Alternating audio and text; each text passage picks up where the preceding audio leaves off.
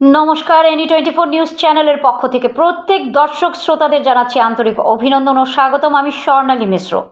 শিলচর শিলংপট্টিতে ভয়ঙ্কর অগ্নিকাণ্ড ঘটনা সংঘটিত হয় শনিবার বেলা 11 ঘটিকায়। শিলচর শিলংপট্টি বসুন্ধরা বিল্ডিং এর উপরে একটি কম্পিউটার সেন্টারে বিদ্যুৎ শর্ট সার্কিটের কারণে ভয়ঙ্কর অগ্নিকাণ্ড ঘটনার সংঘটিত হয়। ভয়ঙ্কর অগ্নিকাণ্ডের ঘটনা দেখে সঙ্গে সঙ্গে স্থানীয়রা দমকল বাহিনীকে খবর দেন। খবর পেয়ে সঙ্গে সঙ্গে দমকল বাহিনীর 5টি ইঞ্জিন ঘটনাস্থলে উপস্থিত হন। এর সঙ্গে সঙ্গে পুলিশ সুপার নোমাল মাহাতো, অতিরিক্ত পুলিশ সুপার সুব্রত সেন উপস্থিত হন। দমকল বাহিনীর 6টি ইঞ্জিন ঘটনাস্থলেই উপস্থিত হয় এবং শিলচর শিলংপট্টিতে গাড়ি চলাচল বন্ধ রাখা হয়েছে। দমকল বাহিনীর আগুন নিয়ন্ত্রণে আনার প্রচেষ্টা অব্যাহত রয়েছে।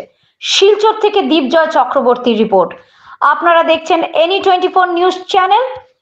এই ধরনের নিউজ দেখতে হলে আমাদের চ্যানেলটি সাবস্ক্রাইব করে আমাদের সঙ্গে থাকুন।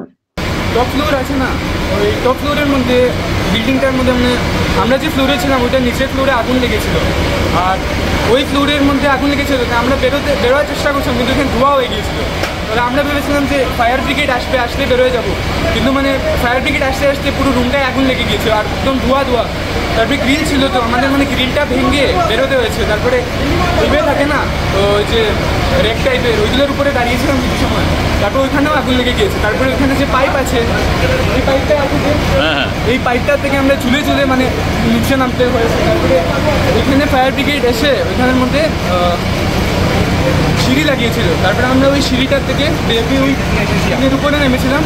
ওই টিনের উপর থেকে আমরা এই বিল্ডিং হয়ে সিঁড়ি হয়ে নিচে। আচ্ছা, আগুনটা যে লেগেছিল ওইটা কিসের অফিস ছিল? কারেন্ট বা কম্পিউটার থেকে লেগেছিল। আমরা ওই ফ্লোরটায় ছিলাম না, আমরা ওইটার উপরে